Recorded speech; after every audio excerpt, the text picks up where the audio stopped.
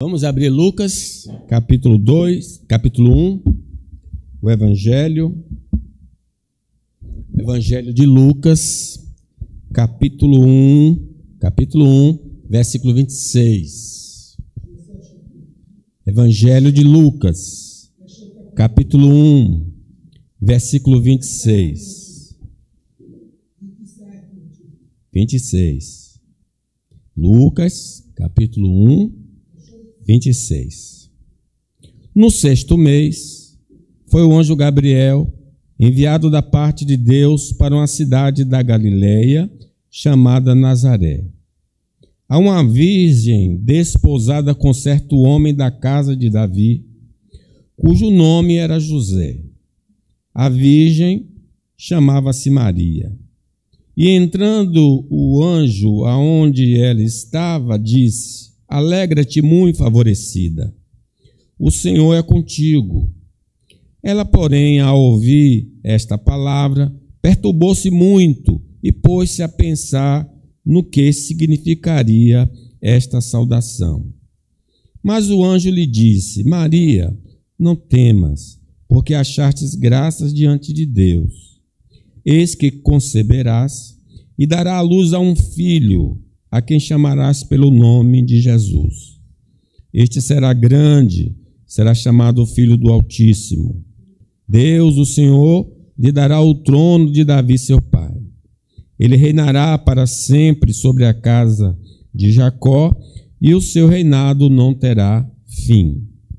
Então disse Maria ao anjo: Como será isto? Pois não tenho relação com homem algum. Respondeu-lhe o anjo: Descerá sobre ti o Espírito Santo, e o poder do Altíssimo te envolverá com a sua sombra.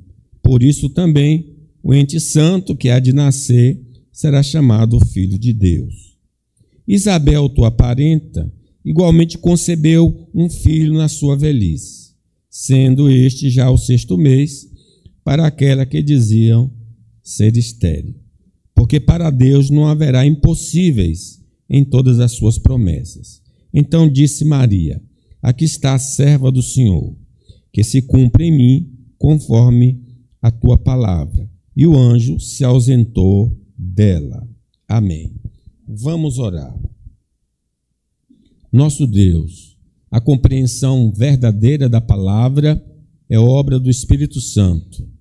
E nós rogamos então por nós e por todo o ajuntamento dos santos, por todos que estão lendo a Bíblia, que o Senhor tenha compaixão para abrir os nossos olhos, para entendermos as Escrituras, para crermos nas Escrituras, para sermos abençoados pelas Escrituras. No nome de Jesus, amém. Meus irmãos, o tema desta manhã é o anúncio do nascimento do primogênito de Maria. O anúncio do nascimento do primogênito de Maria. É importante frisar esse aspecto, porque Maria vai ter outros filhos. Nós os conhecemos por nomes, 4 homens e algumas mulheres, pelo menos 2, as irmãs deles. Então ela teve outros filhos após ter o Senhor Jesus com José. E então aqui nós estamos vendo o anúncio desse filho primeiro, o primogênito dela. Falamos na oportunidade, quinta-feira, que a natureza celestial da comunicação do nascimento do primogênito. Quem foi que comunicou a ela que ela ia ter esse bebê? O anjo. O anjo enviado por Deus. Na oportunidade, nós afirmamos que sem esta revelação, ninguém pode conhecer o filho. É preciso que o pai revele o filho. A Maria foi revelada. Hoje, nós somos os comunicadores, os anjos, que devemos ir pelo mundo, pregar o evangelho a toda a criatura. Falamos até e mostramos aqui que os extraterrestres são os anjos, são os arcanjos, são os querubins, são os serafins, que estão na palavra de Deus e que os homens nunca vão encontrar através da ciência. É preciso que seja revelado esse mundo espiritual. Falamos também ainda da natureza imeritória da concepção do primogênito de Maria. Maria, ela preencheu alguns requisitos. Ela precisava, a mãe de Jesus tinha de ser virgem, tinha de ser da tribo de Judá, tinha de ser uma mulher temente a Deus. Apesar dela preencher esses requisitos da profecia, havia em Judá outras virgens, haviam outras tementes a Deus e haviam mulheres em posição social melhor do que ela. Então, mesmo ela tendo algumas qualificações, haviam outras mulheres mais qualificadas do que ela, mas aprouve a Deus escolher. Por isso que ela é chamada salve agraciada, o Senhor é contigo. Ou, como nós conhecemos, Maria cheia de graça. Então nós abordamos ali que nós somos pessoas cheias da graça de Deus, porque não merecíamos nem a graça comum, o comer, o beber, o vestir, a família, mas também cheio da graça especial, a eleição, a justificação, a santificação, o perdão dos pecados, a introdução na família de Deus, o novo céu e uma nova terra. O crente como Maria é uma pessoa cheia da graça de Deus. Afirmamos também que a natureza milagrosa do nascimento do primogênito de Maria. Aqui há uma coisa única na história. Ela não tem relacionamento com o homem e ela também não vai ter relacionamento com o divino, porque entre os gregos havia esse tipo de relação. Os deuses desciam e tinham relações com as mulheres, e daí nasceu, por exemplo, Hércules e outros que são chamados semideuses. Não, Maria não teve relação com o homem nem com Deus. Foi um milagre que Deus operou na vida dela. E aí, então, nós afirmamos que devemos crer em milagres hoje. Assim como Isabel, velha, concebeu de maneira natural, mas por intervenção divina, gerou o João Batista. Então foi um milagre para Isabel e Zacarias. Maria operou-se um milagre maior ainda, porque sem contato humano, entre um homem e uma mulher, ela concebeu.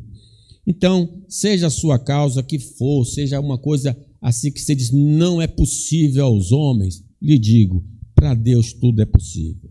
Se Ele quiser, Ele pode operar este milagre na sua vida. Não desista, busque.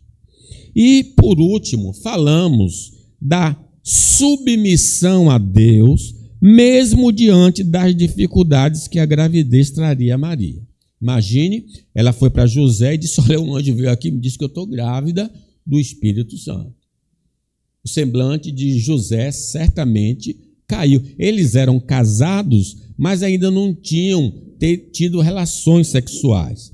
Então, ao dizer que estava grávida, certamente José pensou que foi traído. Não se esboça ali, em outras passagens bíblicas, há uma reação de grosseria da parte de José. Mas é dito que José intentou deixá-la secretamente. Então, ele não aceitou a revelação e então ia deixar Maria. Então, imagine para aquela menina, possivelmente jovem, ela falando que estava grávida. Ela poderia ser denunciada por José, ela poderia, falamos na oportunidade, não sabemos se a lei do apedrejamento ainda valia naqueles dias, mas ela podia perder até a vida, e mais, ser difamada na sociedade em que ela vive. A família toda ia cair em ruína quando soubesse que ela estava grávida, e a gravidez não era de José. Mas ela, ao ouvir a convocação do anjo, disse, eis aqui a serva do Senhor, cumpra-se em mim a vontade de Deus. Mostrei então na oportunidade que às vezes fazer a vontade de Deus traz muitos transtornos para a nossa vida. Mas o mundo passa. Mas quem faz a vontade de Deus permanece para sempre. Então vamos continuar falando sobre o mesmo tema. O anúncio do nascimento do primogênito de Maria. Na sequência, então, é o ponto 5. A natureza divina do primogênito de Maria. Vejam aí sobre esse menino. Vamos ler o 32. Este será grande, será chamado Filho do Altíssimo. Deus, o Senhor, lhe dará o trono de Davi, seu pai. 35, leamos. Respondeu-lhe o anjo: descerá sobre ti o Espírito Santo, e o poder do Altíssimo te envolverá com a sua sombra. Por isso também o ente santo que há de nascer será chamado Filho de Deus. Vejam que esse bebê, ele é divino, ele é Deus. Nós sabemos que passamos a existir na concepção, mas aquele que nasceria da Virgem já existia antes mesmo da sua concepção milagrosa. Nós existimos quando nosso pai e nossa mãe se uniram, nos conceberam ali naquele momento. Daquele momento nós passamos a existir. Por isso que é um assassinato o aborto. Porque a pessoa passa a existir através desse momento. Mas o filho de Maria não. Ele já existia antes de Maria. Que coisa gloriosa. Ele existe antes. Ele existe antes mesmo de Abraão. Ele existe antes mesmo do próprio mundo existir. Diz no texto, no princípio era o verbo estava com Deus, o verbo era Deus, todas as coisas foram feitas por ele, e sem ele nada do que foi feito se fez. Então, ele existia, sempre existiu, não em forma humana, ele estava na glória. Nós cremos na doutrina da Trindade.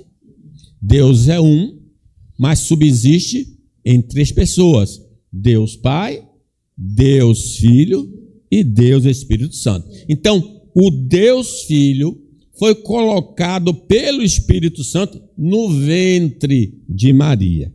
E ele vai tomar a forma humana. O Verbo se fez carne.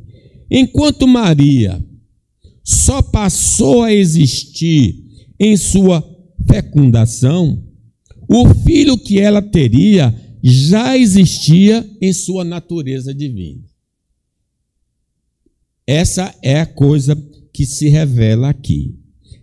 A eternidade do Filho de Maria só é possível porque ele é a segunda pessoa da Trindade. Começa o Gênesis. No princípio, criou Deus os céus e a terra. Nós sabemos que só um é eterno, o Deus vivo e verdadeiro. Então, se ele é eterno, ele é quem? Deus. Por isso que o nome dele é chamado Emmanuel, que quer dizer Deus conosco, Deus no nosso meio, Deus caminhando entre nós em forma humana.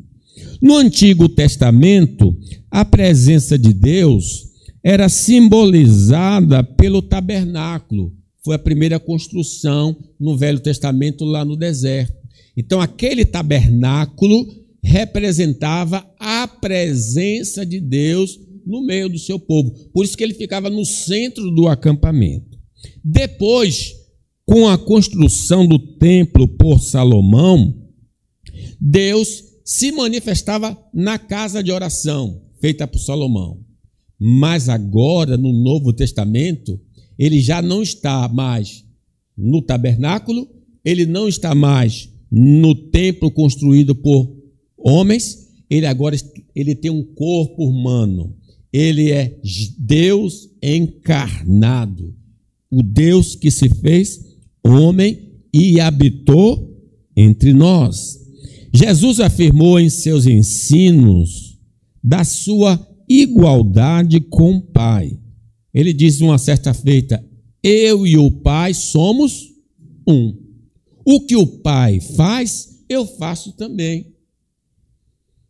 E aceitou a adoração. Ele não só se considerou igual ao Pai, e se você ler o Evangelho de João, você vai perceber que as autoridades judaicas queriam apedrejá-lo porque ele dizia que era igual ao Pai.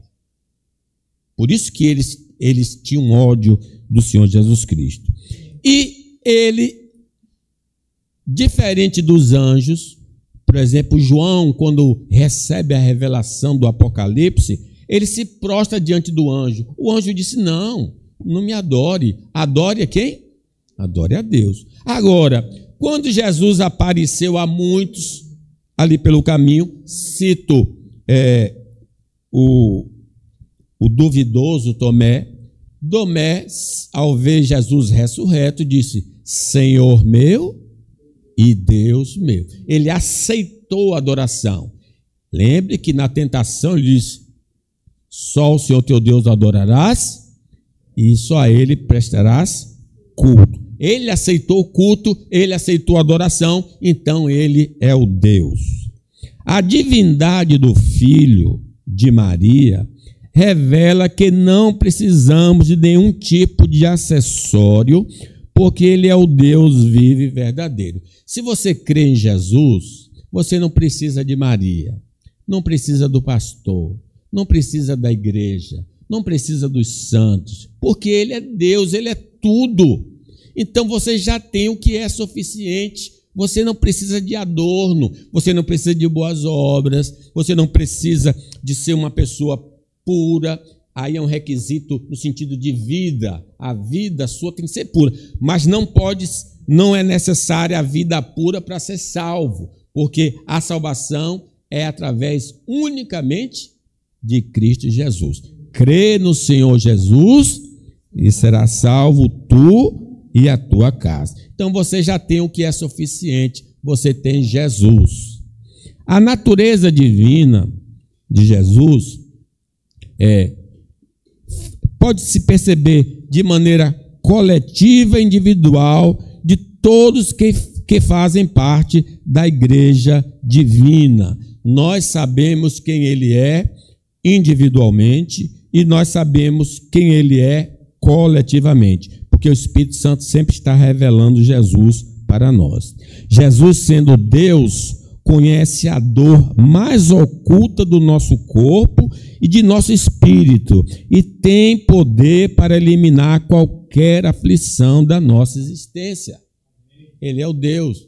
Ele diz no Apocalipse: eu conheço as tuas obras. Ele sabe tudo o que se passa. Quando alguém foi levado a ele, e ele olhou para esse rapaz e disse: eis aí o homem direito, Natanael. A Natanael disse: de onde o senhor me conhece? Antes de Filipe te chamar, eu te vi debaixo da figueira. Então, se você está com a dor no corpo, você está com a dor na alma, se você está com alguma incomodação, eu quero lhe dizer que Jesus sabe tudo o que está acontecendo na sua vida. Senhor, tu me sondas, me conhece, sabe o meu deitar, o meu levantar, de longe penetras no meu pensamento, e ainda não saiu palavra alguma, o Senhor conhece todas. Jesus, sendo Deus, precisa ser adorado com toda reverência e amor pelos seus adoradores.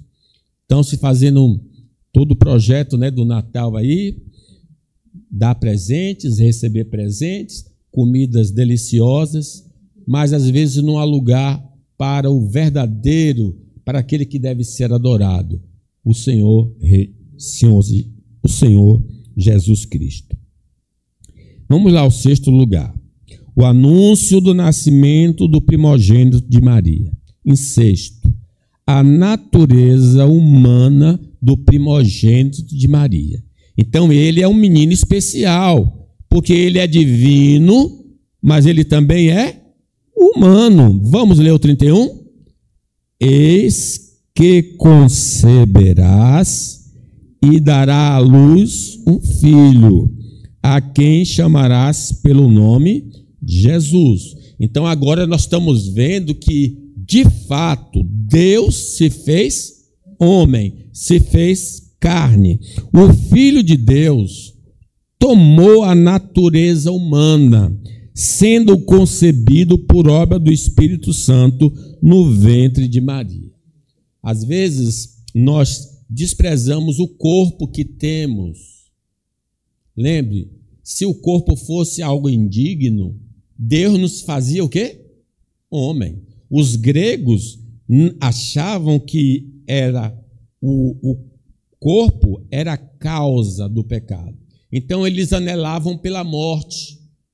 Ou então, eles se entregavam aos prazeres ou se abstiam dos prazeres, porque sempre eles tiveram a visão que a matéria é má e o espírito é uma coisa boa. Não, lembre-se, todo aquele que não confessa que Jesus veio em carne, não é de Deus. Sim, ele veio em carne, ele tem a natureza humana, ele sabe o que é padecer. É por isso que vocês vão encontrar no Novo Testamento Jesus cansado, vai encontrar Jesus pedindo água, você vai encontrar Jesus dormindo, você vai encontrar Jesus chorando, você vai encontrar Jesus se alegrando, porque ele sabe o que é padecer. O filho de Maria, o filho primogênito de Maria, possui duas naturezas distintas, elas não se misturam, divina e humana, em uma só pessoa. É o mistério que a gente não sabe explicar com palavras. Como é que a pessoa pode ser ao mesmo tempo divino e ao mesmo tempo humano, né? Mas esse é o mistério. Se Deus pudesse ser explicado com todas as teorias e palavras humanas, ele deixaria de ser Deus. Ele é Deus, o Deus encarnado.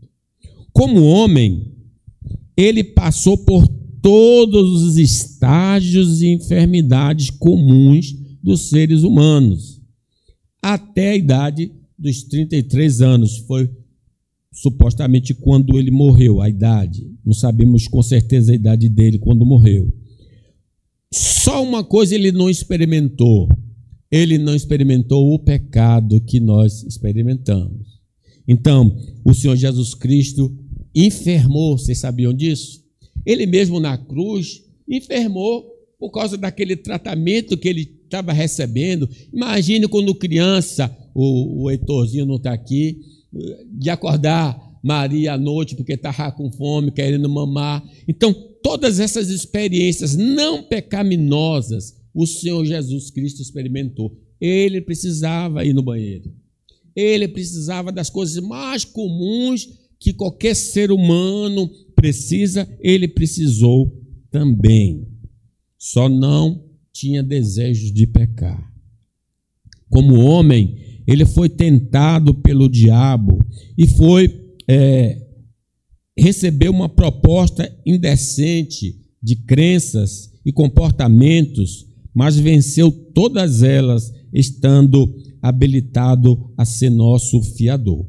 Foi falado domingo passado aqui que esse Jesus, ele é um tipo do Israel do Velho Testamento.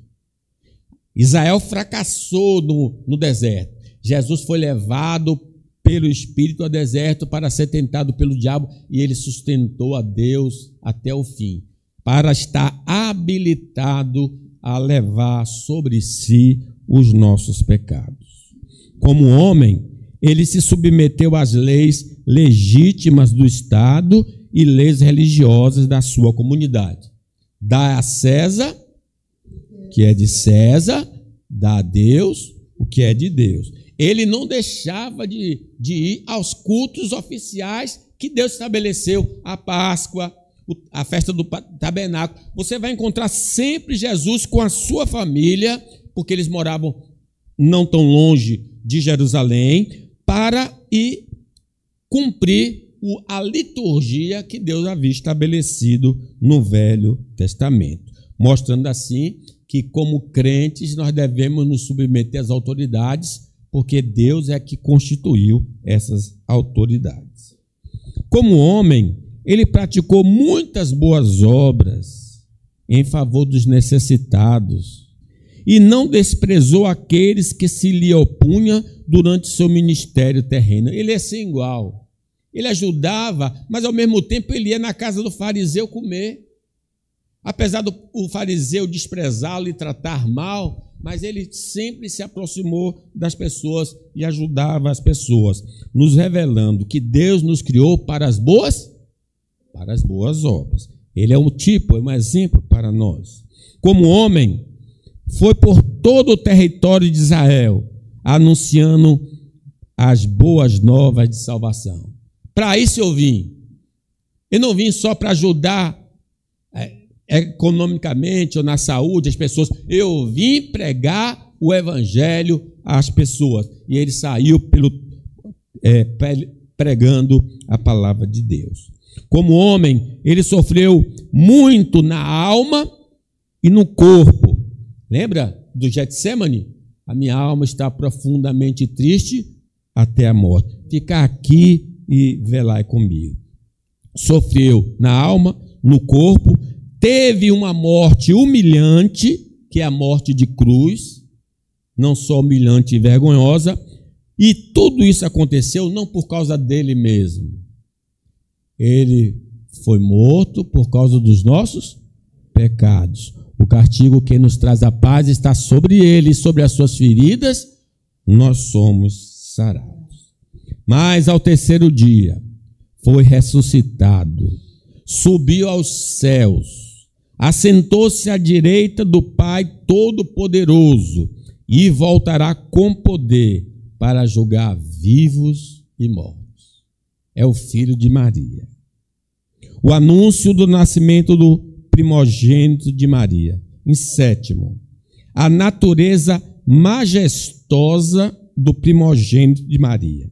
Ele não só é Deus, ele não só é homem, ele é rei. Leamos o 32 e 33. Este será grande, será chamado Filho do Altíssimo.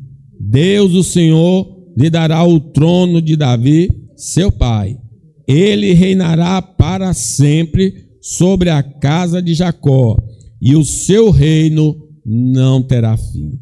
Quem lê o Evangelho de Mateus, que é o Evangelho do Rei, nascendo o Rei Jesus, é ali que os magos aparecem e vão dar o presente digno ao Senhor Jesus Cristo, e Pilatos, quando coloca a causa da sua morte, ele é o rei dos judeus. Morreu como rei, mesmo sendo rejeitado. Sendo Maria descendente de Davi, Jesus é o filho primogênito, é o filho prometido a Davi, que reinaria para sempre. Talvez você possa até se questionar, mas pastor, o texto diz, ali no final, quando o anjo está falando com ela, diz, olha, tua parenta Isabel deu filho na velhice. Se Maria é da tribo de Judá, como ela é parenta de Isabel?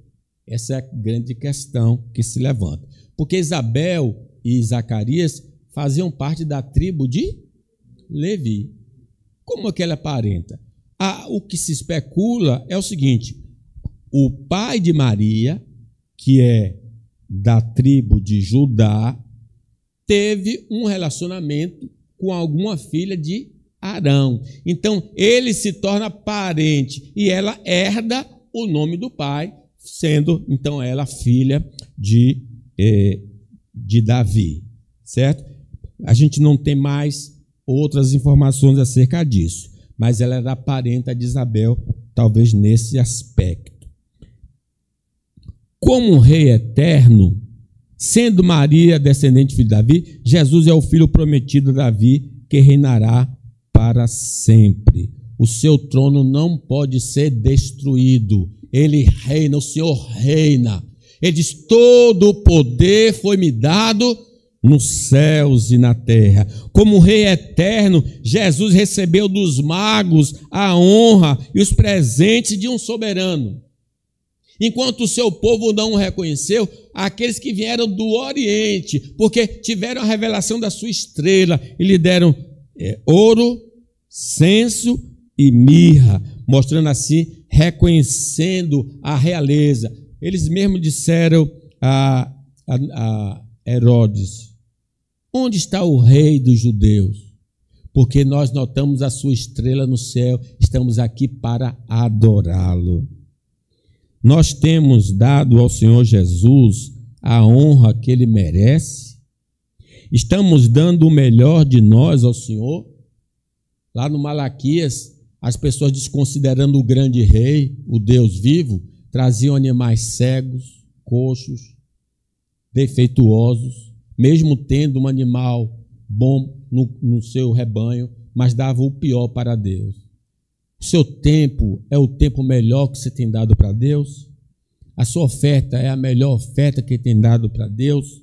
A sua dedicação ao Senhor é a coisa melhor que se oferece a Deus? Ou você está nem aí? Oferece qualquer coisa ao Senhor. Ele é o grande rei. Ele precisa ser honrado com dignidade, com bravura, com alegria, com tudo que é de melhor para a glória do seu nome. Jesus, sendo o rei dos reis, tem autoridade sobre os homens e anjos, sobre o universo visível e invisível. Ele é tão poderoso que todos se submetem à sua voz. As pessoas ficavam admiradas porque ele ordenava aos demônios e os demônios obedeciam, porque ele é o rei. Ele é o rei dos reis, o Senhor dos senhores. Todos lhe obedecem. Todo joelho se dobrará e toda língua confessará que Jesus é o Senhor, para a glória do Pai. Todos vão se submeter ao senhorio de Cristo, a gosto ou contra gosto, no dia do juízo final. Mas será que na era presente nós somos submissos ao Senhor plena e voluntariamente? Porque naquele dia, mesmo os que se opõem vão ter de confessar que Ele é o Senhor. E hoje, você tem se submetido ao Senhor voluntariamente, espontaneamente? Porque está escrito: nem todos que dizem Senhor, Senhor, entrará no reino dos céus, mas aquele que faz a vontade do meu Pai, que está nos céus. O Rei Jesus oferece a seus súditos proteção, manutenção. E mesmo nos momentos de tentações e provações, Ele está presente, limitando os acontecimentos para não perdermos a esperança nele. Nós estamos debaixo da sua espada, do seu cuidado. Ele está à nossa frente, cuidando de nós, nos defendendo. Louvado seja o nome do Senhor. Como um rei soberano, Ele estabelece mandamentos, Ele dá ordens, Ele recompensa os obedientes. Vinde, benditos do meu Pai, possuir por herança o que está reservado para vós desde a fundação do mundo. Ele estabelece, Ele recompensa, Ele disciplina os faltosos, porque Ele é o grande rei. Como rei dos reis, no último dia, Ele pronunciará sentenças eternas, ou de absolvição, ou de condenação. A qual grupo você pertence? O grupo que vai ouvir do rei: vinde, benditos do meu Pai, possuir por herança o que é reservado para vós desde da fundação do mundo? Ou você vai ouvir: apartai-vos de mim, malditos, para o fogo eterno preparado para o diabo e seus anjos? A profissão de fé, a nossa declaração de que Jesus é rei, a profissão de fé de que Jesus é rei, mas que não se evidencia pelo comportamentos e crenças, revela uma profissão de fé falsa. Muita gente está chamando Jesus de Senhor, mas não faz o que Ele manda. E essas pessoas que não fazem o que Jesus manda, vão ser desmascaradas no dia do juízo. Eu não conheço você. Jesus, Jesus, olha aqui. Não conheço você. Jesus é o único rei que podemos adorar e obedecer incondicionalmente. Mas as autoridades humanas devem ser respeitadas e obedecidas somente aos seus mandamentos legítimos. E sobre nenhuma hipótese devemos prestar culto a essas autoridades. Honre as autoridades humanas porque Deus as colocou, mas só obedeça aos seus mandamentos legítimos, corretos. Mas a Jesus a nossa submissão é total. E não só obediência, mas adoração devemos lhe prestar. Em último lugar, o anúncio do nascimento do primogênito de Maria, que é o 8º. A natureza salvadora do primogênito de Maria. Ele é Deus, ele é homem, ele é rei e ele é salvador. Leamos 31 todos. Eis com que conceberás e dará à luz um filho, a quem chamarás pelo nome. Qual é o significado deste nome? Foi dito a José que ele salvará o seu povo dos seus pecados. Ele diz, eu vim buscar e salvar o que se havia perdido. Nos perdemos no Éden. Agora Deus mandou um Salvador para nos levar de volta para um Éden superior, um novo céu e uma nova terra. A salvação que o primogênito de Maria vai proporcionar é nos livrando da culpa do pecado e dos dramas existenciais que enfrentamos neste universo, e não dos dramas existenciais. Muitos estão atrás de Jesus para curas. Ele cura? Sim. Ele cura, ele ajuda financeiramente, ele ajuda a família que está em crise, mas não foi essa a missão principal dele vindo ao mundo. Ele veio nos salvar da culpa do pecado. Todos pecaram, destituídos estão da glória de Deus. Não há um justo sequer, não há ninguém que entenda. Então, se você quer se livrar dessa culpa, você precisa ir a Jesus. Vinde a mim, todos que estáis cansados e sobrecarregados, e eu vos aliviarei. Muitos têm experimentado a ajuda divina quanto às dificuldades da vida, mas elas retornam de tempos em tempos, de diversas formas, para nos lembrar que estamos vivendo em um ambiente amaldiçoado. Há um tempo atrás, Nestor estava muito ruim. Coração ficou melhor, graças a Deus. Aí resolveu chutar a bola e caiu, machucou. A bola estava descendo a escada. É porque eu gosto de dizer que ele é Vitória. Então ele caiu da escada, machucou. Já veja, ele ficou bom há algum tempo, depois voltou a ter alguma coisa, e assim somos nós. A vida é misturada de alegrias e tristeza. Todos nós vamos viver assim, porque nós vivemos em um mundo que está debaixo da maldição. Mas o Senhor Jesus diz em Apocalipse, eis que cria um novo céu e uma nova terra, onde habita a justiça. Os milagres operados por Cristo revelam sua identidade e missão. Ele veio buscar, ele veio restaurar, mas também do que no seu retorno ele fará um novo universo, isento de tribulação e dor. Ele enxugará dos nossos olhos toda lágrima. Não haverá mais morte, não haverá mais dor, não haverá mais pranto. Se você quer fazer parte desse reino, é só invocar o nome do Senhor. Aquele que invocar o nome do Senhor será salvo.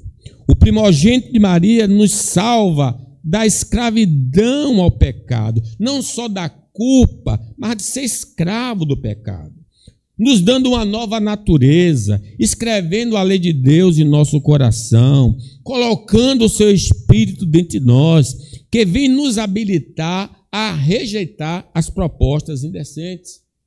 Se você não consegue vencer suas paixões pecaminosas, é porque não conhece o Salvador. Porque se o Filho vos libertar, verdadeiramente sereis livres. Quem recebeu Jesus como Salvador goza da libertação do pecado, mas nessa existência poderá cair em tentação por falta de vigilância e oração. Mas com a ajuda do Salvador de pecados, eles são levantados, eles confessam, eles abandonam e Deus restaura a sua sorte. Como Davi: pequei contra ti somente. No estado de glória eterna, Jesus nos livrará da presença do pecado. E nunca mais pecaremos contra Deus, nem contra o próximo, nem contra nós mesmos. Ele liberta da culpa, ele liberta do poder e ele libertará da presença do pecado. O Salvador de pecados está agora à direita do Pai Todo-Poderoso, intercedendo em favor dos que o aceitaram. Louvado seja Deus. Você precisa de ter esse intercessor, desse sacerdote, está à direita do Pai. O primogênito de Maria também nos salva dos agentes da tentação. Ele nos salva do diabo, ele nos salva da carne, ele nos salva do mundo. Louvado seja o nome do Senhor. Não só o que causa que ele, e também os outros fatores que contribuem para a nossa queda. O Salvador que salva os que se encontram debaixo da culpa do pecado, da escravidão do pecado e da presença do pecado, é necessário, quem quer esse benefício, invocar o seu nome, confessar o seu nome. Salve-me, Senhor. Infelizmente, os corações dos homens neste período natalino estão cheios de interesses por presentes passageiros e não tem espaço em seus corações para o presente eterno de Deus. Presente para você e para mim neste mês é Jesus. Talvez você não tenha toda aquela coisa que você deseja, talvez você tenha. Convide Jesus para fazer parte da sua vida e receber a libertação do pecado.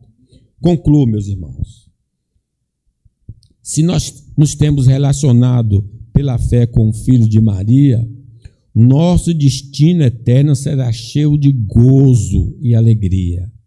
Mas se não o reconhecemos como Salvador, viveremos na eternidade em um sofrimento sem fim por causa de nossas transgressões contra Deus. Deus não quer que ninguém aqui sofra. Deus não tem prazer na morte de ninguém. Quer que todos cheguem ao conhecimento da salvação. E agora, nesse momento, a salvação está sendo anunciada aqui deste lugar para dizer a você que aceite Jesus, para que você escape da ira futura.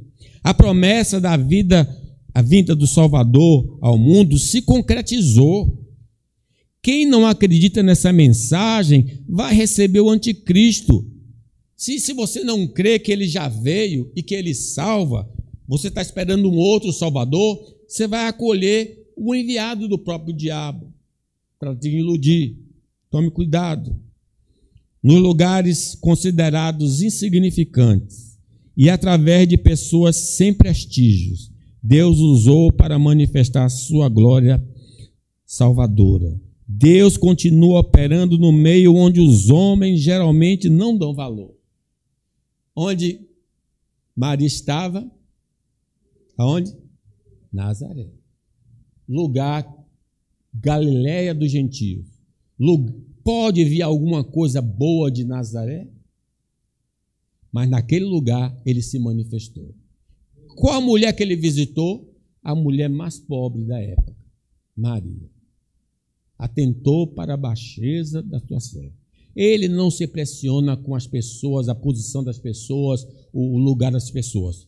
Ele diz: Deus habita no alto e sublime trono, mas habita também com um contrito de coração.